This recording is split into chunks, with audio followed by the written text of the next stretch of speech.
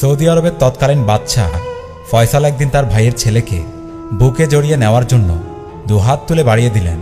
আলিঙ্গনের বদলে সে ভাইপো হঠাৎ পকেট থেকে পিস্তল বের করে পরপর 3টা গুলি ছুড়ল বাদশাহের বুকে।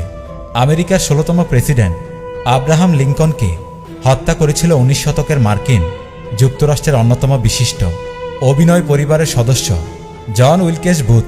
একটি মঞ্চনাটক চলাকালীন সময়ে সরাসরি মাথায় গুলি করে হত্যা করা হয় লিঙ্কনকে। সেদিনই কোনো রকম ঘোড়ায় চড়ে পালিয়ে গেলেও পরদিন সকালে মৃত্যুবরণ করেন এই নেতা। ভারতের স্বাধীনতা আন্দোলনের অগ্রগামী ও প্রভাবশালী নেতা মহাত্মা গান্ধীকে নয়, দিল্লির প্রসাদ বিড়লা হাউসের প্রাঙ্গণে নির্মমভাবে হত্যা করা হয়েছিল। তার হত্যাকারীর নাম নাথুরাম গডসে। তিনি মনে করেছিলেন 1967 সালের ভারত বিভাজনের সময় গান্ধীজি মুসলমানদের পক্ষে খুব বেশি সহায়তা করেছিলেন। ওই দিন সন্ধ্যা 5টার পরপর গান্ধীজি বিড়লা হাউসের পেছনের দিকে সিঁড়ির মাথায় পৌঁছেছিলেন। সেখানে তিনি প্রতি সন্ধ্যায় সকল ধর্মের প্রার্থনা সভা পরিচালনা করতেন। যেইমাত্র গান্ধী বেদির দিকে হাঁটতে শুরু করেছিলেন, গডসে ভিড় থেকে বেরিয়ে এসে গান্ধীর পথের সামনে দাঁড়িয়েছিলেন এবং পিস্তল তাক করে সরাসরি গান্ধীর বুকে এবং পেটে 3টি গুলি ছুঁড়েছিলেন। গান্ধী মাটিতে লুটিয়ে পড়েন। তাকে তার ঘরে ফিরিয়ে নিয়ে যাওয়া হলে কিছুক্ষণের মধ্যেই তার মৃত্যু হয়। সাদ্দাম হোসেনের ফাঁসির পর যখন তার মরদেহ বাহিরে নিয়ে এসে রাখা হলো, ইরাকবাসী তার গায়ে থুতু ছিটিয়েছিল। অনেক অনুরোধ করেও তাদের থামানো যায়নি।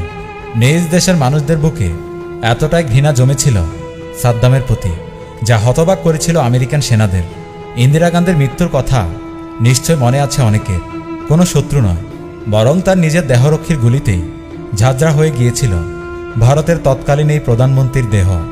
বঙ্গবন্ধুর পিতা শেখ লুৎফর রহমানের দেহকে চিরতরের মতো শায়িত করতে যে লোকটি কবরে নেমেছিল, সেই আবার বঙ্গবন্ধুর মাতার মৃত্যুতে কাঁদতে কাঁদতে মাটিতে শুয়ে গড়াগড়ি করেছিল। 1975 সালের 14ই আগস্ট দুপুরে সেই লোকটি তার নিজের বাসা থেকে খাবার রান্না করে নিয়ে গিয়ে বঙ্গবন্ধুকে খাইয়েছিল সামনে বসিয়ে। এর পরের দিন 15ই আগস্ট সেই লোকটি বঙ্গবন্ধুকে সপরিবারে খুন করেছিল। তার নাম খন্দকার মোশতাক। ইতিহাসের প্রতিটি পৃষ্ঠায় এমন একজন নেতাও এক একটা সাম্রাজ্যের পতন হয়েছে তাদের সবথেকে কাছের মানুষদের হাত ধরে।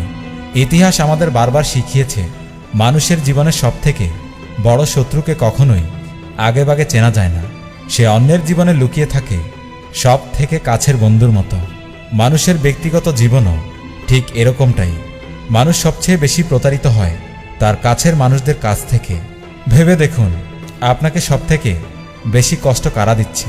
তারা সবাই আপনার আপনজন। মনে রাখবেন, শত্রু কখনো বিশ্বাসঘাতক হয় না, বরং বিশ্বাসঘাতকতা করে চেনা মুখগুলোই।